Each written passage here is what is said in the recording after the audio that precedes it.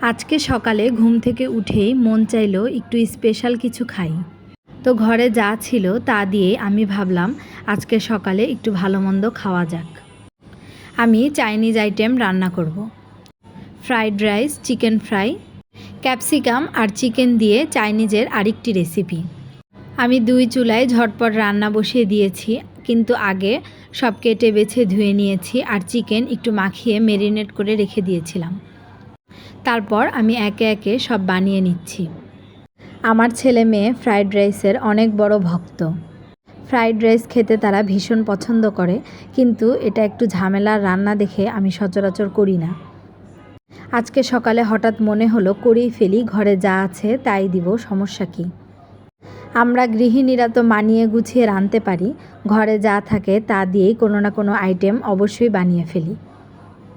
Fried রাইসে আমি ছোট ছোট চিংড়িও দেই, কিন্তু চিংড়ি ছিল না দেখে দিতে পারিনি। তাছাড়া মোটামুটি সবই দিয়েছি। কড়াইয়ে সামান্য তেল, বাটার দিয়ে আদা কুচি, রসুন কুচি, মুরগির বুকের মাংস, বরবটি, গাজর সব কিছু দিয়ে খুব ভালোভাবে ভেজে এখানে টেস্টিং সল্ট, গোলমরিচের গুঁড়া, ওয়েস্টার সস, সয়া সস সব দিয়ে কষিয়ে ধুয়ে রাখা পোলাওয়ের চাল দিয়ে দিয়েছি। সব কিছু একত্রে কিছুক্ষণ ভেজে নিয়েছি। কিছুক্ষণ ভেজে নেওয়ার পর আমি পর্যাপ্ত পরিমাণে পানি দিয়ে দিয়েছি। বাস, এভাবে খুব সহজেই কিন্তু ফ্রাইড রাইস আমি বানিয়ে ফেলেছি।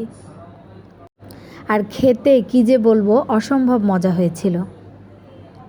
আমি ধরা বাঁধা কোনো নিয়মে রান্না করি না, আমার যেভাবে সুবিধা হয় আমি ঠিক সেভাবেই রান্না করি। এই তো দেখতে দেখতে আমার কিন্তু সব কিছু রান্না হয়ে গিয়েছে। এবার মজা করে খেয়ে নেওয়ার পালা।